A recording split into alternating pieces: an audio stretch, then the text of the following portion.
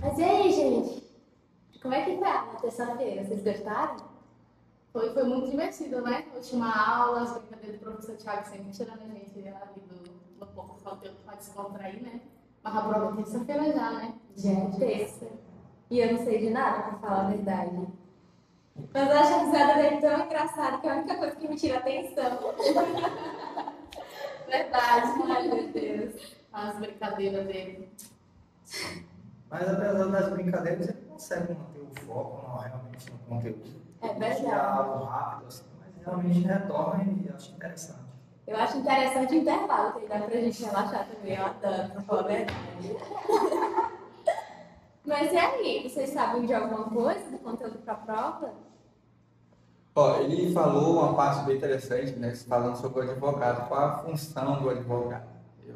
Eu gostei bastante porque às vezes a gente não tem assim um conhecimento tão profundo, né, do que o advogado faz. E ele falou que o advogado ele é um profissional técnico que ele auxilia, no caso, os seus clientes na parte ali, tanto na parte judicial, né, onde ele faz petição, ele vai orientando os seus clientes, ele vai passando ali as informações que o cliente deve fazer, falar, enfim, ele dá esse suporte, né? E o artigo, e eu estudando mais sobre isso, o artigo 133 da Constituição Federal fala que o advogado ele é indispensável, né, à administração da justiça. Vai estar falando justamente, especificamente da função do advogado.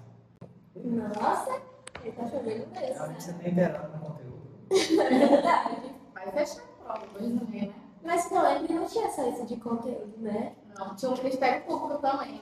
Ele é o fundamento basilar, né? Ele busca fiscalizar a democracia, ele está também para defender a ordem jurídica, né?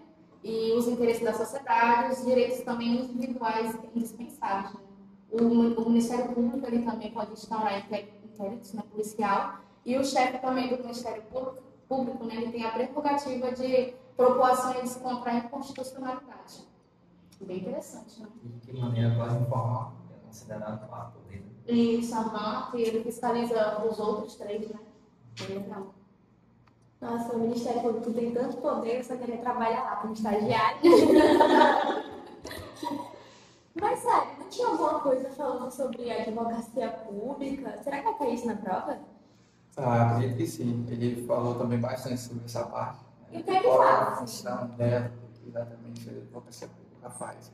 Também está lá na Constituição de 1988, né? Ela é responsável por representar judicial e extrajudicialmente tanto a população, né?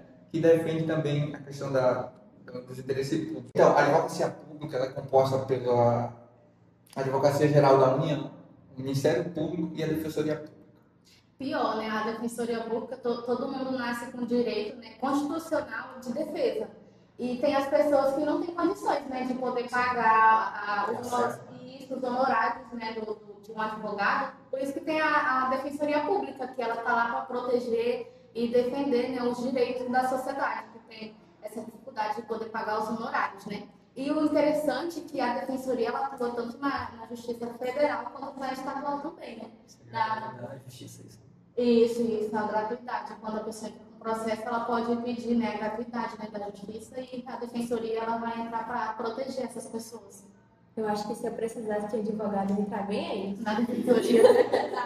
Porque eu tô lisa ultimamente, gente, meu Deus. E o bem legal é que ela também, em alguns casos, quando o cidadão ele vai lá pedir orientação, porque a defensoria ela atua no processo de conciliar, né, o cidadão. E às vezes apenas nesse aconselhamento não segue as ações, né, já resolve ali na conciliação.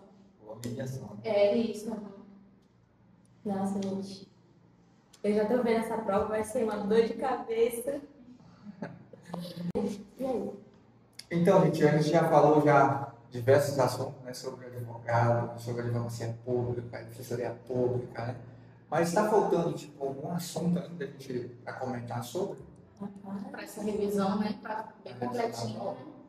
Acredito que sim. Administração pública. É um conteúdo até base do semestre. e realmente vai ser importante, como os outros também, na prova. Você sabe de alguma coisa desse assunto? Alguma coisa eu aprendi, né? Não vou dizer que ficou perdido o conteúdo.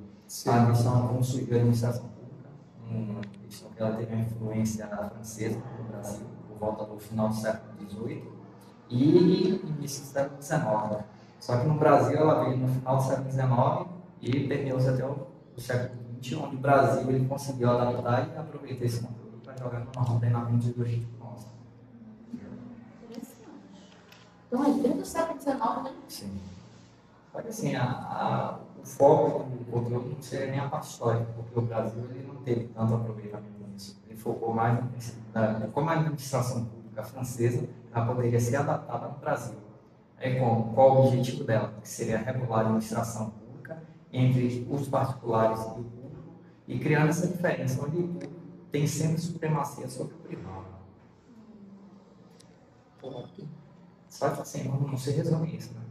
Tem as questões com relação ao objetivo, que o objetivo dela seria regular a relação pública e privada na gerência do Estado, onde a própria administração pública, que divide União, Estado, Município e Distrito Federal, eles têm a capacidade de autonomia.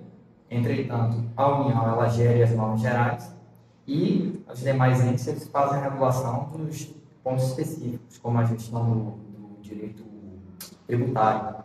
A administração da União ela gere o principal, já os estados eles fazem os pontos específicos para regular a própria tributação em cada estado. Então, não fica sobrecarregado só para um, né? Então, fica tudo dividido, né?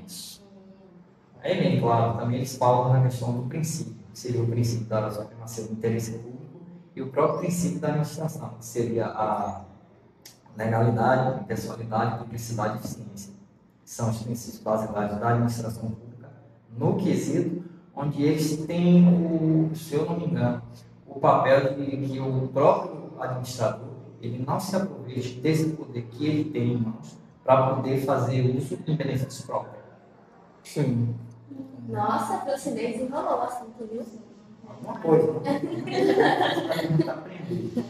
A moralidade entra aí também para também. Seria o papel do administrador para ele não fazer uso de vontades particulares, mas sim trabalhar sempre pautando o interesse público.